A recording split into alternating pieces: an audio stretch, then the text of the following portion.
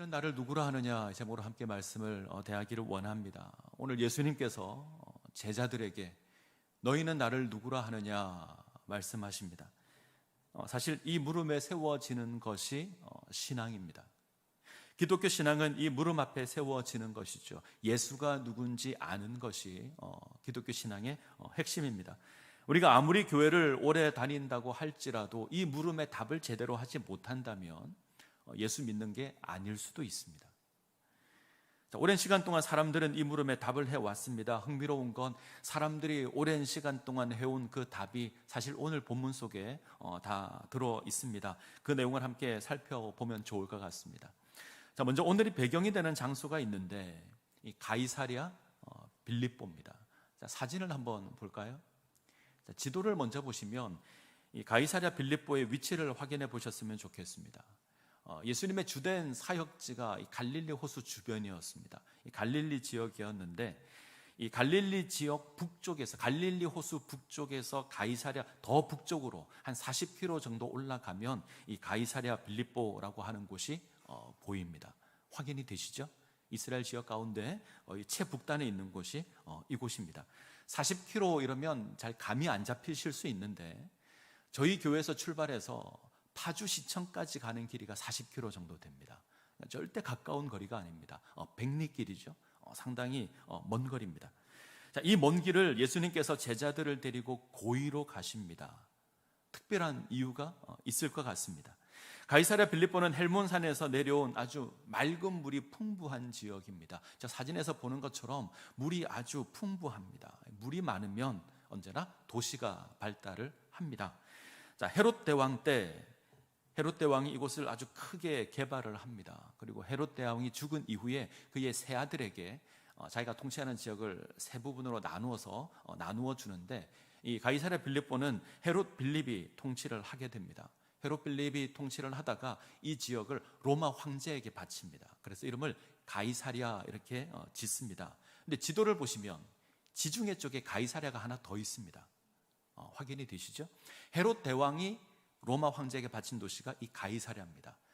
가이사랴라고 이름을 짓게 되면 가이사랴가 두 개가 되잖아요. 그래서 이름을 구분하고자 자기 이름도 붙였습니다. 그래서 가이사랴 빌립보.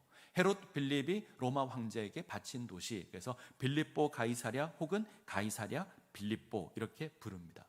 말씀드린 것처럼 이곳은 물이 아주 풍부해서 예전부터 도시가 발달했고 특별히 우상을 섬기는 신전이 발달을 합니다. 우상 숭배의 중심지였습니다.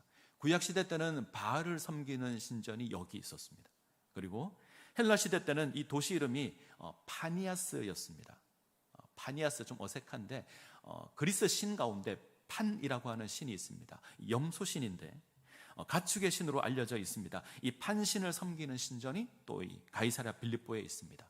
그리고 헤롯 빌립은 로마 황제를 기념하여서 대리석 신전을 세웠습니다. 자, 산지를 잘 보시면 그때 그 시대의 모형일 거다라고 해서 이제 복원시켜 놓은 그림인데 사진 한 가운데에 제우스 신전이 있죠. 제우스 신들은 그리스 로마 신화를 보게 되면 모든 신들의 왕입니다. 제우스 신전이 있고요. 그리고 로마 황제 신전이 있습니다. 그리고 그 사이를 보시게 되면 판 신전도 있죠. 그러면 우상을 섬기는 신전이 가득한 곳이 이곳입니다. 신들 중에 가장 힘이 세다는 그 신의 신전이 있고요. 세상을 풍요롭게 한다는 풍요의 신이 있습니다. 판신은 풍요의 신입니다. 세상을 다스리던 로마 황제를 섬기는 신전도 있습니다. 세상에 온갖 신들이 다 모여 있는 곳이 이곳입니다. 사람들은 세상을 살아가면서 필요하다고 생각되는 모든 것들을 여기 와서 찾습니다. 풍요가 필요하다. 풍요의 신을 찾고 세상에 권세가 필요하다. 로마 황제를 섬깁니다. 이곳이 가이사랴 빌립보입니다. 자, 이곳에서 예수님께서 제자들에게 묻습니다. 너희는 나를 누구라 하느냐? 의미가 있죠. 헛된 우상이 가득한 곳입니다. 로마 황제를 섬기는 신전이 있는 곳이고 사람들의 헛된 욕망을 추구하는 그 신이 있는 곳이 이곳입니다. 이곳에서 예수님께서 물으십니다. 로마 황제를 섬기는 신전이 있는 곳에서 예수님이 자신에 대해서 묻습니다. 사람들이 헛된 욕망을 이루기 위해서 헛된 신을 섬기는 이곳에서 예수님께서 자신에 대해서 묻습니다. 우리에 대해서 묻는 겁니다. 바로 우리를 향해서 물으시는 겁니다. 우리는 이 가이사랴 빌립보 같은 세상을 삽니다. 우리가 살아가는 세상이 그렇습니다. 온갖 우상이 가득합니다. 바알이나 판과 같은 돈의 우상이 세상을 흔들고 있습니다. 맘몬이라 그러죠. 재물을 섬기는 신입니다. 로마 황제와 같은 권력의 우상이 세상에 가득합니다. 쾌락의 우상이 세상에 넘쳐납니다. 돈, 권력, 쾌락, 사람들은 이것을 얻으려고 뼈 빠지게 일을 합니다. 이런 세상을 살아가는 우리에게 예수님께서 물으십니다. 너희가 나를 누구라 하느냐? 자, 예수님께서 이 물음 전에 제자들에게 먼저 물으시는 게 있죠. 사람들이 나를 누구라 하느냐? 자, 그러자 제자들이 대답합니다. 사람들은 더러는 세례 요한, 더러는 엘리야, 더러는 선지자 중에 하나라고 합니다. 자, 이들의 대답은 근거가 없는 게 아닙니다. 세례 요한은 예수님처럼 하나님 나라를 선포했던 선지자였습니다. 헤롯까지도 예수를 세례 요한이 부활했다 생각할 정도였습니다. 사람들이 엘리야라고 생각하는 건 구약 성경에 주어진 예언 때문입니다. 마지막 때가 되면 하나님 나라가 이르기 전에, 메시아가 이르기 전에 엘리야가 이곳으로 올 것이다 예언되어 있습니다. 선지자도 마찬가지입니다. 모세와 같은 선지자가 일어날 것이다, 이런 구약의 예언들이 있습니다. 나름 근거가 있죠. 근데 이들이 대답하는 이 대답은 정확한 대답이 아닙니다. 예수를 알고 대답하는 게 아닙니다. 이에 예수님께서 제자들에게 다시 묻습니다. 너희는 나를 누구라 하느냐? 베드로가 대답을 하죠. 주는 그리스도십니다. 이 고백은 아주 특별한 고백입니다. 앞서 주어진 사람들과는 다른 고백입니다. 사람들은 세례 요한, 엘리야, 선지자 정도로 생각을 합니다. 괜찮은 사람, 괜찮은 영웅, 이 정도로 생각을 하는 겁니다. 훌륭한 선생님이다, 이 정도 생각을 하는 거죠. 근데 베드로의 고백은 이들과 다릅니다. 베드로는 예수를 그리스도라 고백합니다. 메시아라 고백합니다. 당신은 우리를 구원할 메시아입니다. 정확하게 고백을 하는 거죠. 너희는 나를 누구라 하느냐? 이 물음이 우리에게 주어진다면 뭐라고 답을 하시겠습니까? 사람들은 그렇게 답할 겁니다. 4대 성인 중 하나입니다. 4대 성인 혹시 아십니까? 4대 성인은, 자, 제가 답을 드렸습니다. 공자, 석가모니, 소크라테스, 예수. 공자, 소크라테스, 예수, 석가모니, 이렇게 4대 성인이라고 합니다. 사람들이 이렇게 부릅니다. 어떤 사람은 예수를 위대한 영웅으로 부릅니다. 탁월한 선지자라고 부르는 사람도 있습니다. 훌륭한 선생님이다 말하는 사람도 있죠. 근데 우리는 다릅니다. 우리는 그렇게 부르지 않습니다. 우리는 예수님을 나의 구원자라고 고백합니다. 주는 그리스도십니다. 이 고백을 인해서 우리가 모여 있습니다. 이것이 교회입니다. 이 고백을 기억하시기를 바랍니다. 주는 그리스도십니다. 우리는 당당하게 고백할 수 있어야 합니다. 자, 마태복음에도 이 신앙 고백이 나오죠. 자, 마태복음은 이렇게 되어 있습니다. 시몬 베드로가 대답하여 이르되 주는 그리스도시요 살아계신 하나님의 아들이시니이다. 자, 같이 한번 읽어볼까요? 같이 읽습니다. 시몬 베드로가 대답하여 이르되 주는 그리스도시요 살아계신 하나님의 아들이시니이다. 자, 마가복음의 고백과 비교하면 어떻습니까? 마가복음은 주는 그리스도십니다 이랬는데, 마태복음은 주는 그리스도시요 살아계신 하나님의 아들이시니이다. 마태가 훨씬 더 멋있어 보이죠. 그렇지 않습니까? 마태가 훨씬 더 멋있습니다. 점수를 준다면 100점 만점에 100점을 줄 수 있습니다.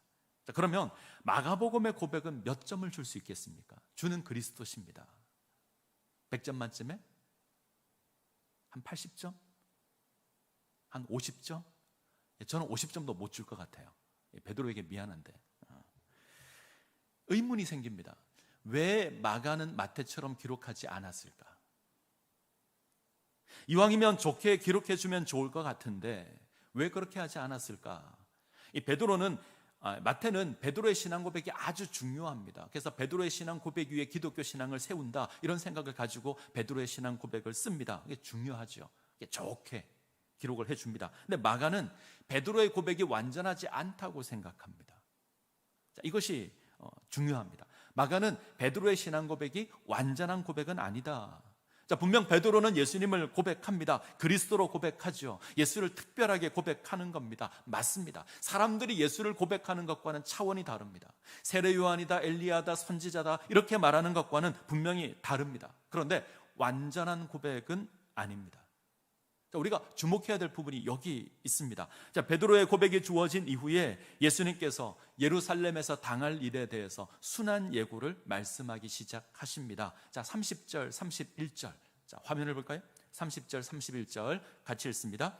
이에 자기의 일을 아무에게도 말하지 말라 경고하시고 인자가 많은 고난을 받고 장로들과 대제사장들과 서기관들에게 버림받아 죽임을 당하고 사흘 만에 살아나야 할 것을 비로소 그들에게 가르치시되.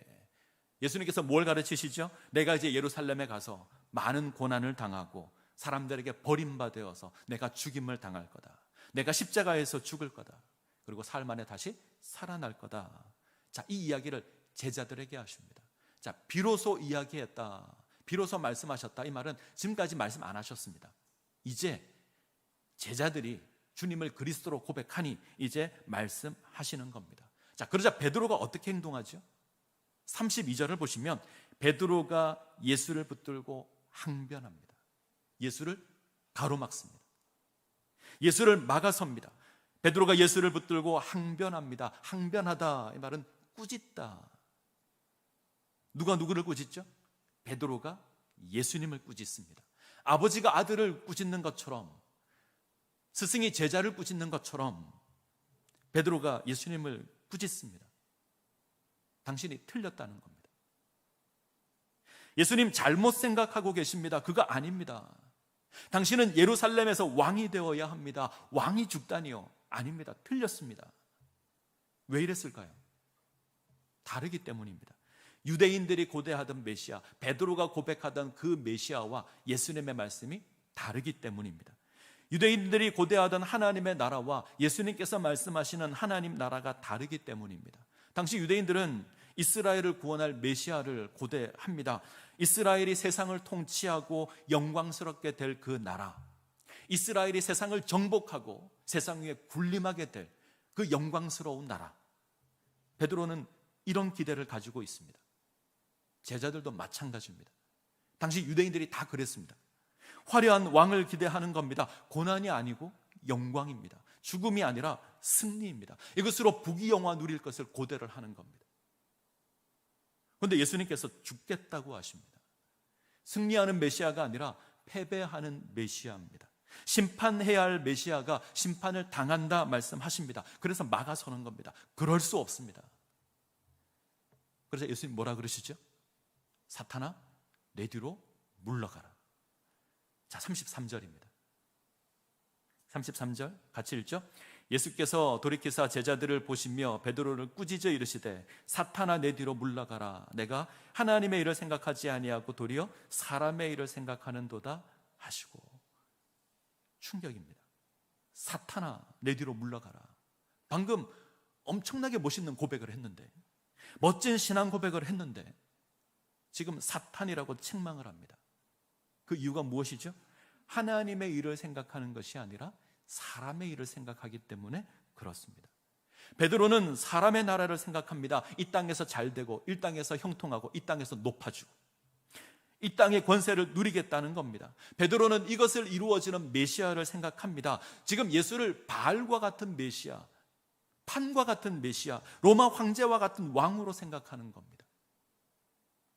단지 바알보다, 판보다, 로마 황제보다 더 능력 있어 보여서, 더 괜찮아 보여서 예수를 선택한 겁니다.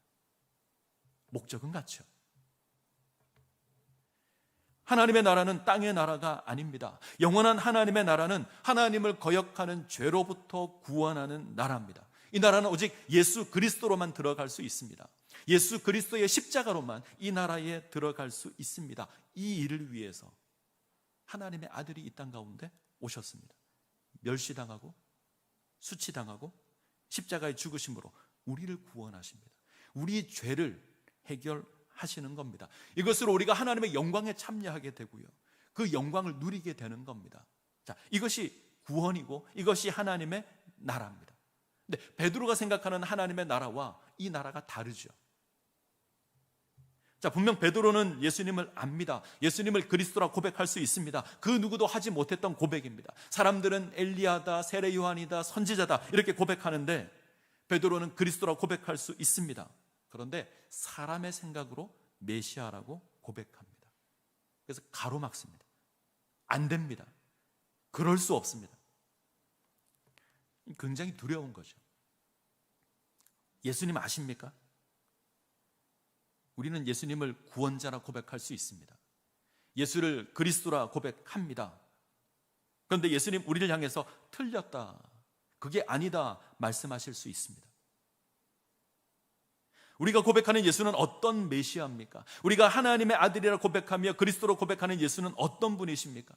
하나님의 뜻을 따라 우리를 구원하는 그 메시아입니까? 아니면 나의 소원을 이루어주는 메시아입니까? 내가 이 땅에서 성공하기를 원하는데 그것을 이루어줄 메시아입니까? 나로 하여금 이 땅에서 부귀영화를 누리게 할 메시아입니까? 이 땅에서 나를 성공하게 할 메시아입니까? 우리가 예수를 그리스도로 고백하는 것은 그가 나의 구원자가 되시고 나의 주인이다라는 고백입니다. 그러면 우리 삶은 주인의 뜻에 순종하는 게 되어야 합니다. 그게 맞는 겁니다. 그런데 우리의 모습을 보면 마치 내가 주인이고 예수님이 종일 때가 많습니다. 예수님은 나의 소원을 이루어주는 능력 있는 종으로 보입니다. 알라딘 램프의 진이 같습니다. 뭐가 좀 이상하지 않습니까? 하나님은 나의 뜻을 이루어주기 위해서 동원된 것이 아닙니다. 내가 하나님의 뜻을 이루기 위해서 부름을 받았습니다. 뭔가 우리는 바뀌어져 있습니다. 우리는 하나님을 나의 뜻을 이루기 위해서, 나의 소원을 이루기 위해서 동원시키고 있습니다. 아니요, 하나님의 뜻을 이루기 위해서 우리가 부름을 받았습니다. 이 세상에 바알도 있고 세상에 판도 있고 세상에 로마 황제도 있는데 예수가 조금 더 나아 보여서 그래서 내가 택한 것이 아닙니다. 이런 메시아를 생각하고 있다면, 바알처럼 풍요를 주는 메시아, 로마 황제처럼 권력을 주는 메시아, 이런 메시아 생각하고 있다면 예수 모르는 겁니다. 예수 아는 것이 아닙니다. 자, 오늘 우리가 읽은 이 본문 앞쪽을 보시면, 8장 27절 앞쪽을 보시면 특별한 이적 하나가 나옵니다. 벳세다 소경을 치료하는 기사인데 예수님께서 벳세다라고 하는 동네에서 소경 하나를 고치십니다. 자, 예수님이 행하신 여러 이적이 있는데 그 이적 가운데 소경 하나 고친 건 사실 대단한 게 아니죠. 특별한 것이 아닙니다. 풍랑을 잔잔하게 하시고 군대 귀신을 쫓아내시고 불치병을 고치시고 죽은 자를 살리신 그 예수님의 이적에 비하면, 오병이어로 5,000명을 먹인 12바구니를 남긴 그 이적에 비하면 소경 하나 고친 것 특별하지 않습니다. 그런데 이 마가복음에서는 굉장히 특별합니다. 이게 왜 특별한가 하면 한 번에 고치지 않고 두 번에 고칩니다. 그래서 특별합니다. 예수님이 한 번에 고치지 않고요, 두 번에 고칩니다. 예수님께서 이 소경 눈에 침을 뱉고 안수하여 고치시는데 무엇이 보이느냐? 자, 우리가 아는 예수님의 능력이라면 깨끗하게 고쳐줘야 되죠. 소경이 예수님 잘 보입니다 이렇게 말해야 되는데 소경이 이렇게 대답합니다. 사람이 보이는데 나무 같은 것이 걸어갑니다. 안 보입니까? 아니요, 보이죠. 보입니다. 근데 완전하게 보이는 것이 아닙니다. 고쳐졌는데 완벽하게 고쳐지지 않았습니다. 예수님께서 한 번 더 고치십니다. 다시 침을 뱉고 다시 안수를 하지요. 자, 왜 그랬을까? 예수님 실수하셨을까? 예수님 치료하시다가 딴 생각하셨을까? 아니면 특별히 고의로 그렇게 하셨을까? 문제는 마가입니다. 마가는 이 사건을 왜 기록했을까? 이 사건은 기록하지 말아야 될 사건이죠. 예수님의 명성에 누가 될 수 있잖아요. 한 번에 못 고쳤다 이러면 누가 뭐라고 할 수도 있습니다. 그런데 기록해 놓습니다. 자, 이 경우 필요한 질문은 예수님도 실수하시는가 하는 게 아닙니다. 왜 예수님 두 번에 고치셨는가? 한 번에 고치실 수 있는데 왜 두 번에 고치시는가? 이것이 올바른 물음입니다. 자, 이 물음과 생각해서 베드로를 한번 보십시오. 베드로의 신앙 고백은 처음 치료받은 것과 같습니다. 베드로는 예수를 알지 못하는 사람들과 다릅니다. 베드로는 예수를 봅니다. 그래서 주는 그리스도십니다 고백할 수 있습니다. 그런데 제대로 보는 게 아니죠. 사람을 보지만 나무 같은 것이 걸어가는 것처럼 봅니다. 보기는 하지만 제대로 보지 못합니다. 그래서 예수를 가로막습니다. 그럴 수 없습니다. 예수를 제대로 보지 못하기 때문에. 그래서 예수를 책망하는 겁니다. 지금 베드로에게 주어져야 될 건 무엇이죠? 다시 밝히 보는 겁니다. 소경이 다시 고침을 받아 모든 것을 밝히 보는 것처럼 밝히 보아야 합니다. 예수가 누구신지, 그가 감당해야 될 구속이 무엇인지, 그가 어떤 사역을 감당해야 될 것인지 밝히 보아야 합니다. 그때 예수를 쫓을 수 있습니다. 자, 34절 같이 봅니다. 같이 읽습니다. 무리와 제자들을 불러 이르시되 누구든지 나를 따라오려거든 자기를 부인하고 자기 십자가를 지고 나를 따를 것이니라. 자기를 부인하고 자기 십자가를 지고 예수를 쫓는 것이 예수 믿는 겁니다. 자기를 부인하고 자기 십자가를 지고 예수를 쫓는 겁니다. 자기를 부인한다, 자기 생각과 기준으로 살지 않는 겁니다. 내가 그리스도와 함께 십자가에 못 박혔나니 그런 적이 이제는 내가 사는 것이 아니요 오직 내 안에 그리스도께서 사시는 것이라. 이것이 자기 부인입니다. 내가 사는 게 아닙니다. 내 안에 그리스도께서 사시는 겁니다. 십자가를 진다, 이 말은 하나님의 아들을 믿는 그 믿음 안에서 사는 겁니다. 기꺼이 하나님의 사명을 감당하겠다, 어떤 어려움이 있어도 내가 이거 감당하겠다, 이것이 십자가를 지는 겁니다. 자, 베드로는 왕의 길을 기대하죠. 때문에, 그런데 예수님께서는 종의 길을 걸으십니다. 다릅니다. 그래서 가로막습니다. 가로막기만 할까요? 따집니다. 혼을 냅니다. 감히 하나님을 혼을 냅니다. 우리는 어떻습니까? 우리는 베드로처럼 생각하지 않으십니까? 하나님 혼을 내고 있지 않으십니까? 날씨가 서늘해지기 시작하면 고3 수험생을 둔 학부형들이 분주해지죠. 금년 수능은 11월 17일, 딱 60일 남았습니다. 오늘부터. 한국교회는 수능이 다가오면 새벽 기도에 사람이 늘어납니다. 안 나오던 사람이 나오기를 시작을 하고요, 안 나오던 헌금이 올라오기 시작을 합니다. 이쯤 되면 목사는 불안해집니다. 이게 잘 되면 좋은데 결과가 안 좋으면 큰일 날 걸 알기에 불안해합니다. 행여 원하지 않은 결과가 주어지게 되면 새벽 예배에 나와서 기도하는 제목이 바뀔 수 있어서 그렇습니다. 보통 따지더라고요. 하나님, 그러실 수 있습니까? 내가 기도한 시간이 얼만데, 내가 하나님께 드린 헌금이 얼만데 왜 이러십니까? 이거 하나님 혼내는 것처럼 보입니다. 하나님 실수하셨다는 거죠. 항변하고 따집니다.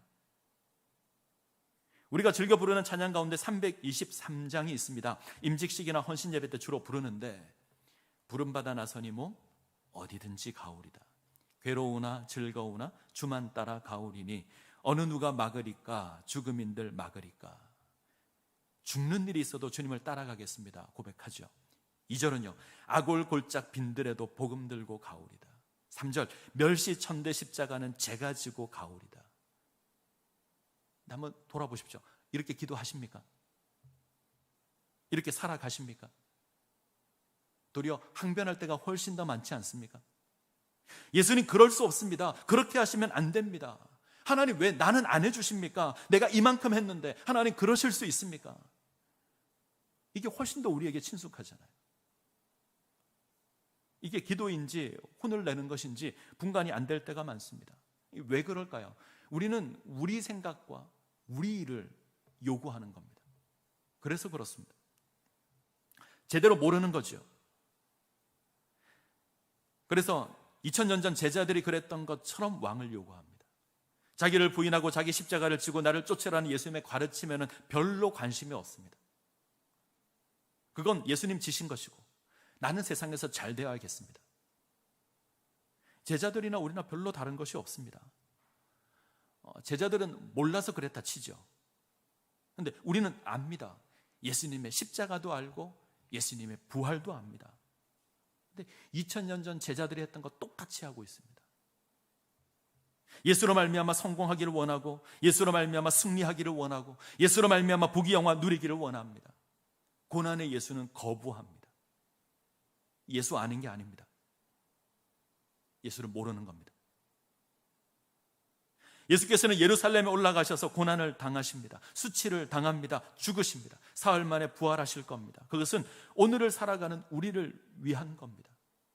우리도 동일하게 예수를 쫓아 예루살렘으로 올라가야 합니다. 고난 당해야 되고요, 수치를 받아야 합니다. 십자가에서 죽으신 그분을 따라 우리 역시 십자가를 져야 합니다. 예수님께서 이 땅에서 패배하셨듯이 우리도 패배하는 삶을 살아가야 합니다. 그걸 요구하시는 겁니다.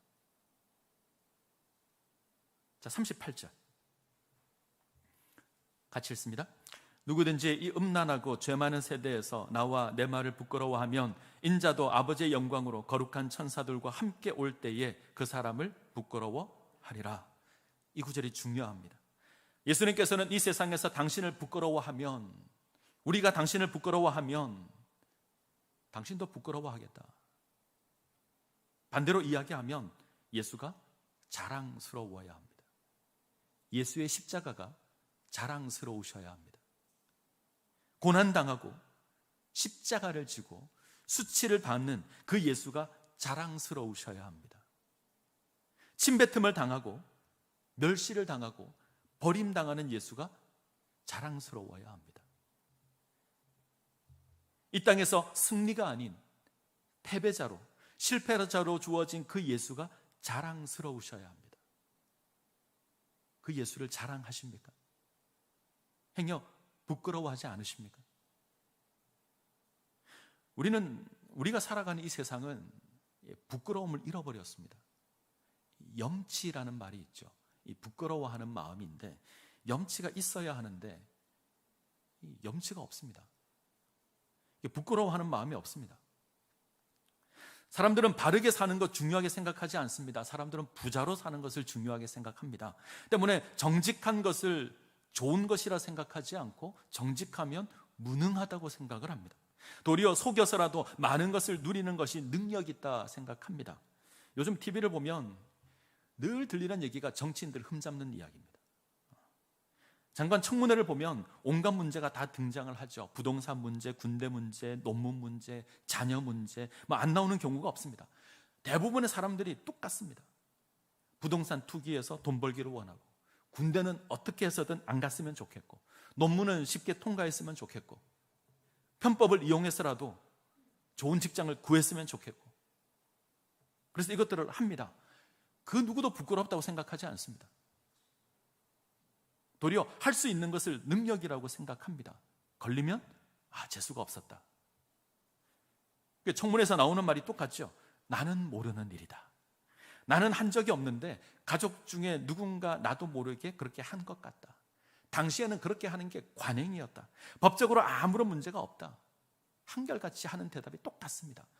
부끄러워하지 않는 거죠.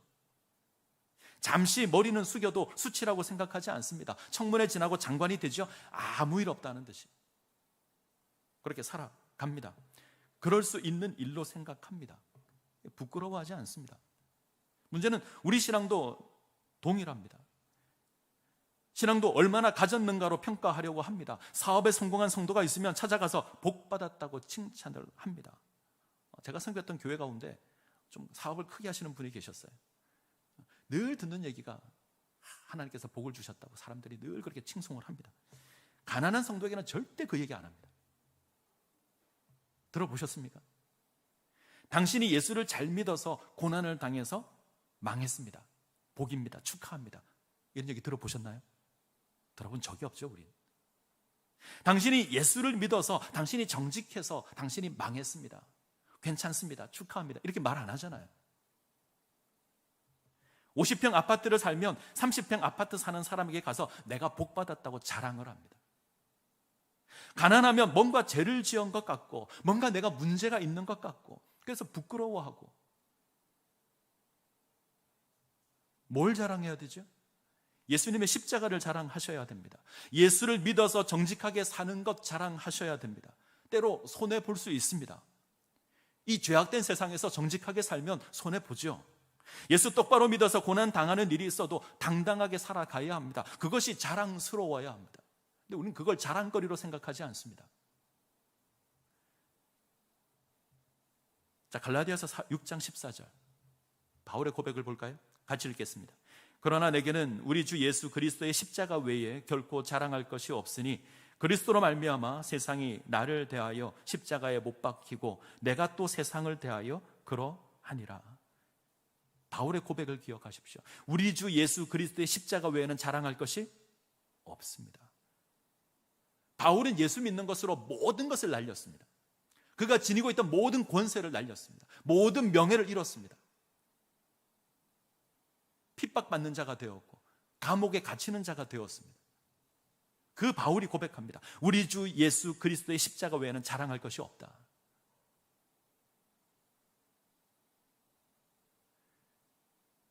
오늘 베드로 신앙 고백에는 이 십자가가 없습니다. 십자가 없는 신앙 고백은 잘못된 겁니다. 예수를 그리스도로 고백하는 그 자리에 십자가도 함께 선포되어야 합니다. 오늘 예수님께서 우리에게 물으십니다. 너희는 나를 누구라 하느냐? 가이사랴 빌립보에서 물으십니다. 하나님 없는 온갖 세속적인 문화가 가득한 이 세상에서 물으십니다. 물질 만능주의 세상에서 우리를 향해 물으십니다. 돈이 최고라고 이야기하는 이 세상에서, 권력이 최고라고 하는 이 세상에서 우리를 향해 물으십니다. 너희가 나를 누구라 하느냐? 고백하셔야 합니다. 당당하게. 주는 그리스도십니다. 나를 위하여 십자가 지신 예수님, 당신이 나의 그리스도십니다. 이제 내가 예수님 따르겠습니다. 나를 위해 십자가 지고 갈보리 언덕 오르신 그 예수를 내가 따르겠습니다. 그리고 그 예수님 내가 자랑하겠습니다. 이 고백 가운데 세워지시기를 바랍니다. 이 세상에서, 이 죄악된 세상에서, 이 하나님 없는 세상에서 하나님의 백성 된 것 자랑하십시오. 이 음란하고 죄 많은 세상에서 예수의 십자가를 자랑하십시오. 그때 우리가 하나님의 백성으로 세워지게 될 겁니다. 이 은혜를 누리시기를 간절히 소원합니다.